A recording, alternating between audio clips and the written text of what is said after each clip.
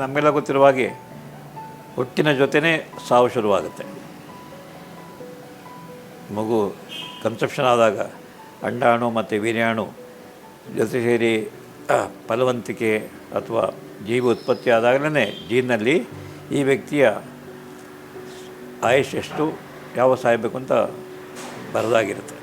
ಅಂದರೆ ನೀವು ಇಡೀ ಜೀವನ ಪರ್ಯಂತ ನಿಮ್ಮನ್ನು ಸಾವು ಹಿಂಬಾಲಿಸ್ಕೊಂಡು ಬರ್ತಾ ಇರ್ತದೆ, ನಿಮಗೆ ಗೊತ್ತಿಲ್ಲ ಅಷ್ಟೇ.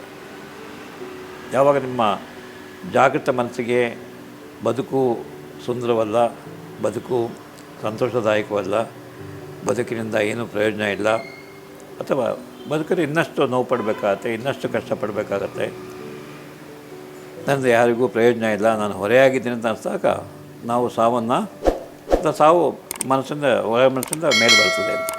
ಅದು ಆತ್ಮಹತ್ಯೆಗೆ ಒಂದು ಪ್ರೇರಣೆ. ಇದು ಪ್ರಾಣಿಗಳಲ್ಲಿ ಪಕ್ಷಿಗಳಲ್ಲಿ ಕಾಣೋದಿಲ್ಲ. ಯಾವುದೇ ಪ್ರಾಣಿ, ಹಸು ಆಗಲಿ ಅಥವಾ ಹುಲಿ ಆಗಲಿ, ನಾಯಿ ಆಗಲಿ, ಬೆಕ್ಕಾಗಲಿ ಯಾವ ಆತ್ಮಹತ್ಯೆ ಮಾಡ್ಕೊಳ್ಳೋದು. ಯಾಕಂದರೆ ಹುಟ್ಟಿದಾಗ ಕಡೆ ತನಕ ಹೋರಾಟ ಮಾಡಿ ಬದುಕೋದಕ್ಕೆ ಪ್ರಯತ್ನ ಮಾಡ್ತೇವೆ. ಸಾವು ಬಂದಾಗ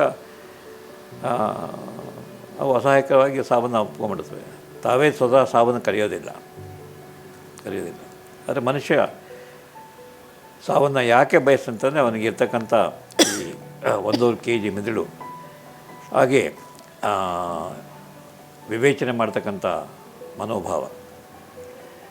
ಸೊ ದುಃಖ ಆದಾಗ, ಕೋಪ ಬಂದಾಗ ಅಥವಾ ಭಯ ಆದಾಗ ಈ ವಿವೇಚನೆ ಹೊರಟೋಗುತ್ತೆ, ಅಥವಾ ಅತಿಯಾದ ಒತ್ತಡ ಇದ್ದಾಗ ವಿವೇಚನೆ ಹೊರಟೋಗುತ್ತೆ. ಸೊ ಆ ಇಂಟೆಲಿಜೆನ್ಸ್ ಕೋಶೆಂಟ್ ಹೋದಾಗ ಮನುಷ್ಯ ಈ ರೀತಿಯಾದಂಥ ನಿರ್ಧಾರಗಳನ್ನು ಇದೆ. ಆದರೆ ಅದನ್ನು ಬಳಸಕ್ಕಂಥ, ಸರಿಯಾಗಿ ಬಳಸಕ್ಕಂಥ ಆ ವಿವೇಚನೆ, ಡಿಸ್ಕ್ರಿಮಿನೇಷನ್ನು, ಅಥವಾ ಕಷ್ಟ ಬಂದಿದೆ ಹೋರಾಟ ಮಾಡೋಣ, ನಾಳೆ ಸುಖ ಬರುತ್ತೆ ಅಂತಕ್ಕಂಥ ಭರವಸೆ ಹೊರಟೋಗುತ್ತೆ. ಅಥವಾ ನಾನು ಇದು ನಿಭಾಯಿಸಬಲ್ಲೆ ಅಂತಕ್ಕಂಥ, ಈಗ ಹುಡುಗ ನಾನು ಕಾಪಿ ಮಾಡದೆ ಹಿಡಿದ್ರು ಇದು ತಪ್ಪಾಯಿತು, ಕ್ಷಮೆ ಕೇಳಿಬಿಡ್ತೇನೆ, ಆಮೇಲೆ ಅದಕ್ಕೇನು ಶಿಕ್ಷೆ ಆಗುತ್ತೋ ಆಗಲಿ, ಇದೇನು ಅವಮಾನ ಅದ, ಇದು ಮಾಡಬಾರ್ದಿತ್ತು, ಮಾಡಿದ್ದೇನೆ, ಒಪ್ಕೊಳ್ಳೋ ಮನಸ್ಸಿಲ್ಲ, ಅಕ್ಸೆಪ್ಟೆನ್ಸ್ ಇಲ್ಲ. ಒಂದು ತಪ್ಪು ಮಾಡಬಾರ್ದು, ತಪ್ಪು ಮಾಡಾದ್ಮೇಲೆ ಕ್ಷಮೆ ಕೇಳಬೇಕು, ನಾನು ತಪ್ಪು ಮಾಡೋದಿಲ್ಲ ಅಂತ ನಿರ್ಧಾರ ಮಾಡಬೇಕು. ಇವತ್ತು ತಪ್ಪು ಮಾಡಿಬಿಟ್ಟೆ ನನ್ನ ಗೌರವಕ್ಕೆ, ಘನತೆಗೆ ಇದು ಕುಂದಾಗತ್ತೆ, ಜನ ನನ್ನನ್ನು ಹೀನಾಯ ಮಾಡ್ತಾರೆ, ಆ ಹೀನಾಯ ಬದುಕಿಗಿಂತ ಸಾವೇ ಮೇಲು. ಹಾಗೆ ಸಾಲ ತೊಗೊಂಡಿದ್ದಾನೆ, ಸಾಲ ತೀರ್ಸೋಕ್ಕಾಗ್ತಾಯಿಲ್ಲ, ಸಾಲಗಾರರು ಬಂದು ಏನು ಮಾಡ್ತಾರೋ, ಎಷ್ಟು ಅವಮಾನ ಮಾಡ್ತಾರೋ, ಕೋರ್ಟ್ಗೆ ಹಾಕ್ತಾರೆ, ಅಥವಾ ನನ್ನ ಆಸ್ತಿ ಹರಾಜಾಗುತ್ತೆ, ಹೆಂಡತಿ ಮಕ್ಕಳು ಬೀದಿಗೆ ಬರ್ತಾರೆ. ಸೊ ಅಥವಾ ಆತ್ಮಹತ್ಯೆ ಮಾಡ್ಕೊಬೋದು. ಈಗ ಅನೇಕ ರೈತರು ಆತ್ಮಹತ್ಯೆ ಮಾಡ್ಕೊಳ್ತಾರೆ. ಈಗ 2 ತಿಂಗಳಲ್ಲಿ ನಾನು 46 ಜನ ಉತ್ತರ ಕರ್ನಾಟಕದಲ್ಲಿ ಮಳೆ ಇಲ್ಲ, ಬೆಳೆ ಇಲ್ಲ, 46 ಜನ ರೈತರು ಆತ್ಮಹತ್ಯೆ ಮಾಡ್ಕೊಂಡ್ರು. ಮಳೆ ಬಂದಿದ್ದರೆ ಅವರು ಯಾರು ಆತ್ಮಹತ್ಯೆ ಮಾಡ್ಕೊಳ್ತಿರಲಿಲ್ಲ.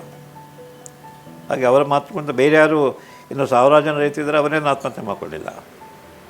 ಮಳೆ ಬರಲಿಲ್ಲ, ಇಡೀ ಏರಿಯಾದಲ್ಲಿ ಮಳೆ ಬರಲಿಲ್ಲ, 46 ಜನ ಮಾತ್ರ ಆತ್ಮಹತ್ಯೆ ಮಾಡಿಕೊಂಡ್ರು, ಬಾಕಿಯವರು ಮಾಡ್ಕೊಳ್ಳಿಲ್ಲ. ಯಾಕೆಂತಂದರೆ ಈ 46 ಜನಕ್ಕೆ ಭರವಸೆ ಇಲ್ಲ, ಅಥವಾ ಬೇರೆ ಸಮಸ್ಯೆಗಳಿದ್ದಾವೆ. ಇರುವ ಸಮಸ್ಯೆಗಳ ಜೊತೆಗೆ ಮಳೆಯೂ ಬರಲಿಲ್ಲ, ಗೊಬ್ಬರಕ್ಕೆ ನಾನು ಸಾಲ ಮಾಡಿದ್ದೇನೆ, ಅಥವಾ ಬೀಜಕ್ಕೆ ನಾನು ಸಾಲ ಮಾಡಿದ್ದೇನೆ, ಬೆಳೆ ಹೋಯ್ತು ಅಂತಂದರೆ ಸಾಲ ತೀರ್ಸೋಕ್ಕಾಗೋದಿಲ್ಲ. ಅದೇ ಹೆಸರಿರ್ತಕ್ಕಂಥ ಇನ್ನೂ 100 ಜನ, 200 ಜನ, 300 ಜನ ಅವರು ಆತ್ಮಹತ್ಯೆಗೆ ಪ್ರಯತ್ನ ಮಾಡೋದಿಲ್ಲ. ಆಯಿತು, ಎಲ್ರಿಗೂ ಬಂದ ಕಷ್ಟ ಬಂದಿದೆ, ನಾವು ಕಷ್ಟಪಡೋಣ. ಸೊ ಹಾಗಾಗಿ ಆಲೋಚನಾ ಧಾಟಿ. ಹಾಗೆಯೇ ನೀವು ಈಗಾಗಲೇ ಸಾಕಷ್ಟು ಒತ್ತಡದಲ್ಲಿದ್ದೀರಿ, ಮೇಲಿಂದ ನಿಮ್ಗೆ ಕಷ್ಟಗಳು ಬರ್ತಿವೆ. ಹಾಗೇನಾಗುತ್ತೆ, ಒಂದು ಸರಿ ಕಷ್ಟ ಬಂದರೆ ನಾವು ಧೈರ್ಯ ಹೋದರೂ ಕೂಡ ಮತ್ತೆ ಧೈರ್ಯವನ್ನು ವಾಪಸ್ ತಂದುಕೊಳ್ತೇವೆ, ಭರವಸೆಯನ್ನು ಮತ್ತೆ ಗಳಿಸ್ಕೊಳ್ತೇವೆ. ಕೆಲವರಿಗೆ ಆ ಭರವಸೆ ಇರೋದಿಲ್ಲ, ಒಂದು ಇಲ್ಲ, ಅವರ ವ್ಯಕ್ತಿತ್ವ ಆ ಥರ ಇರುತ್ತೆ. ಅಂದರೆ ಏನೋ ಯಾವುದೇ ಕಷ್ಟಗಳನ್ನು ಎದುರಿಸಕ್ಕಂಥ ಶಕ್ತಿ ಸಾಮರ್ಥ್ಯ ಅವ್ರಿಗೆ ಇರೋದಿಲ್ಲ, ಕಡಿಮೆ ಇರ್ತದೆ. ಹಾಗೆ ನೆಗೆಟಿವ್ ಥಿಂಕಿಂಗ್ ಜಾಸ್ತಿ ಆಗ್ತಾ ಹೋಗುತ್ತೆ. ಸೊ ಬೇಸಿಕ್ ಪೊಟೆನ್ಷಿಯಲ್ಲೇ ಕಡಿಮೆ ಇರುತ್ತೆ, ಥ್ರೆಶೋಲ್ಡ್ ತುಂಬ ಕಡಿಮೆ. ಒಂದು. ಎರಡನೇದು ಸನ್ನಿವೇಶದ ಆಧಾರದ ಮೇಲೆ ಅದಾಗ್ಬೋದು. ಹಾಗಾಗಿ ಸಾಕಷ್ಟು ಜನ ಬದುಕೋದು ಬೇಡ, ಹಾಗೆ ಸಾಯೋಣ ಅಂತಕ್ಕಂಥ ನಿರ್ಧಾರಕ್ಕೆ ಯಾಕೆ ಬರ್ತಾರೆ ಅಂತ ಪ್ರಶ್ನೆ ಬರ್ತದೆ. ಯಾಕೆ ಬರ್ತಾರೆ? ಸೊ ಒಂದು ಇದು 100ಕ್ಕೆ 80-85%ನಲ್ಲಿ ಆಲ್ಮೋಸ್ಟ್ 3-4 ವಾರ ಇದ್ರ ಬಗ್ಗೆ ಯೋಚನೆ ಮಾಡ್ತಾರೆ. ಕಷ್ಟ ಬರ್ತಾ ಇದೆ, ಕಷ್ಟ ಬಂದಿದೆ, ನಿಭಾಯಿಸೋಕ್ಕಾಗುತ್ತಾ, ಎಲ್ಲಿ ಸಹಾಯ ಸಿಗುತ್ತೆ, ಯಾರು ಸಹಾಯ ಮಾಡ್ತಾರೆ, ಯಾರು ನನ್ನ ಬಗ್ಗೆ ಸಹಾನುಭೂತಿ ತೋರಿಸ್ತಾರೆ, ನೋಡ್ತಾರೆ. ಅದು ಸಿಕ್ತು ಅಂತಂದರೆ ಆತ್ಮಹತ್ಯೆ ವಿಚಾರ ಕೈ ಬಿಡ್ತಾರೆ. ಅಥವಾ ಒಂದು ಹೋಪ್, ಯಾರೊಬ್ಬರು ಮುಂದೆ ಬಂದು ನಂಗೆ ಸಹಾಯ ಮಾಡ್ತಾರೆ, ಅಥವಾ ನಾನು ತಪ್ಪು ಮಾಡಿದ್ದೇನೆ, ನನ್ನ ಕ್ಷಮಿಸ್ತಾರೆ ಅಂತಕ್ಕಂಥ ಆ ಭರವಸೆಯ ಕಿರಣ ಬಂತು ಅಂತಂದರೆ ಆಕಿನ ಆತ್ಮಹತ್ಯೆ ಯೋಚನೆ ಯಾರೇ ಬೇಕಾದ್ರೂ ಬರ್ಬೋದು.